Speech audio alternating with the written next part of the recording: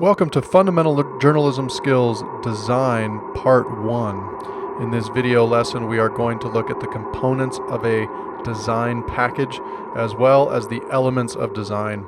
On the website, there is a handy vocabulary list for you there, which highlights the components of a package as well as the elements of design. Many of these are conceptual elements and work together to create visually appealing storytelling for the reader. Have a look at that vocabulary list, and after the video lesson, there's a quiz for you. Let's start by taking a look at a typical design spread for a news magazine and the components of this kind of package.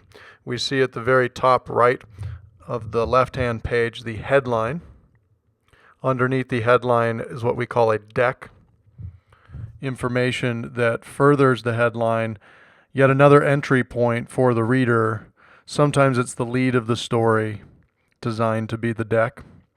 We see the lead there within our copy. Copy is the story itself. It's what we call the article. On the far left, we have the trim. That's a printer mark. Sometimes we bleed all the way past the trim in order to get the design to show up on the entire page. In this case, the designer used the trim all the way around, so we have all of our elements inside the trim. We have a gutter, which is the white space between columns. Secondary art with captions, and then we see our alternative story forms, alternative ways to tell the story other than the copy itself.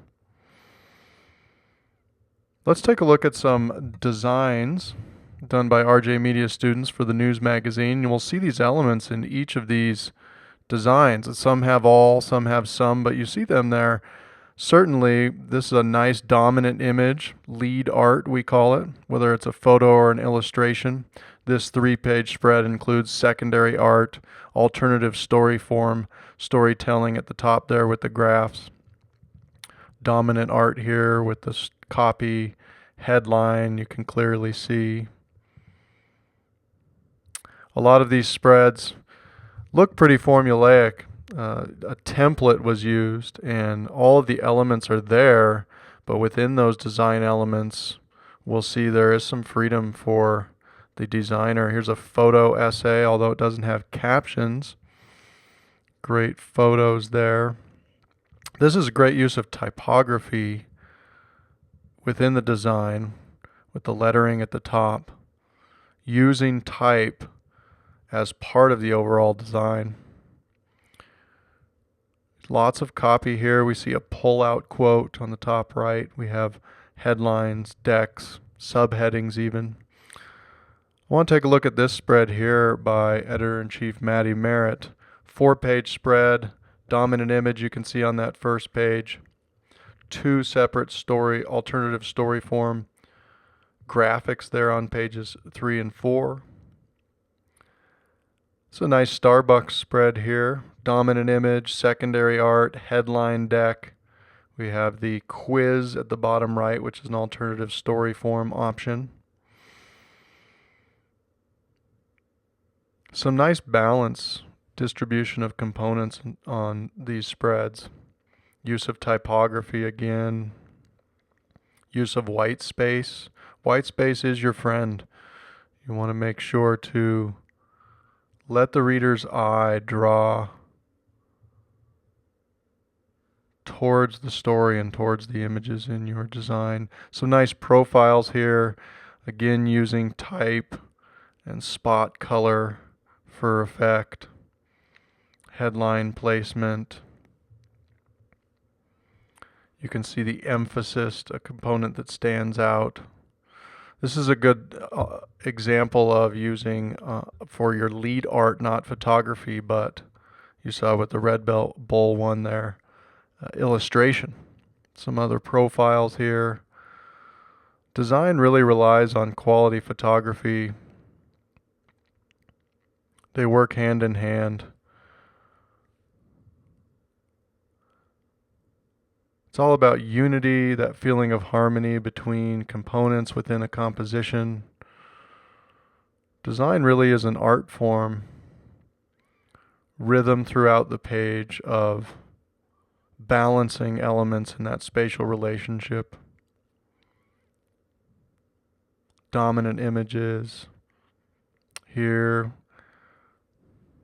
filling the frame here, filling the page for the cover. We've seen these profiles before in the photography lesson. Let's take a look at there's some basic spreads here. Let's take a look at this one. Dominant image, lead art in the middle. We have our alternative story form on the right. Saw that with the science speakers as well. Good respect of white space. I love the big art here, the big lead art, the profile. This one as well. Very magazine oriented with the big art. We see the reverse. We've seen that a couple times with white text. And this is the one that I absolutely love. The photograph really stands out with the DJ there. A few more. Let's take a look at this one. We can see all the elements here. We have our headline and our byline, our deck, our copy. We have our alternative story form on the bottom with our timeline, caption. Some nice profiles here created with a template by editor-in-chief Colin Byrne. Really nice respect of white space. Use of lines. Here's a reverse white on black by Jack Doherty. Has a nice effect. A few more profiles here. And we can see everything in this last one as well. Now I want to turn our attention to the Lake News magazine from Stanley Lake High School in Westminster, Colorado. They do a great job with design. This cover story here that we're going to see inside this magazine on the school play, Cinderella, great cover photo there, bird's eye view of the two leads dancing. And let's take a look at the concept for the Lake magazine. They really do a nice job, the editors do at the Lake, of harmony, a lot of agreement between elements on the pages. Some news stories to start. This is great, really a giant alternative story form, 9 things happy people do differently. Great way to tell the story. Here's a photo essay from Wish Week.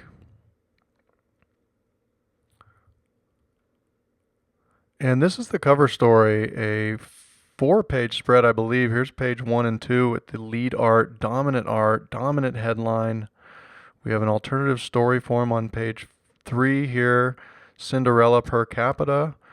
How many people were involved, sort of a by the numbers. Excellent photography. You can see the purposeful traditional white space in between each photo. There's some graphics that break up subheadings. White space here on the right-hand side. Using typography as part of a design. Some alternative story forms. You see a pull-out quote there on the left in the middle. Some Q&As and some top 10 lists. Again here with the use of the white space, going big with the photography. By the numbers, alternative. We see the graphics that really break up the copy, especially when it's long copy. Wonderful staged portrait photography here. Story about the First Amendment. Spot color. Look at the flow of this and the emphasis, the grouping of the elements here, proximity. You know how close they are together. There's a nice graphic alternative story form on the right there on the bottom. A pull-out quote. Whatever you can do to break up long copy. Here's a great 4-page spread on a student with Asperger's syndrome. Told by him, really powerful story, and made more powerful by the dominant lead art. Great photo, really draws you in. The lead is there, and then on pages 3 and 4, an alternative story form in the middle. Great photography with captions.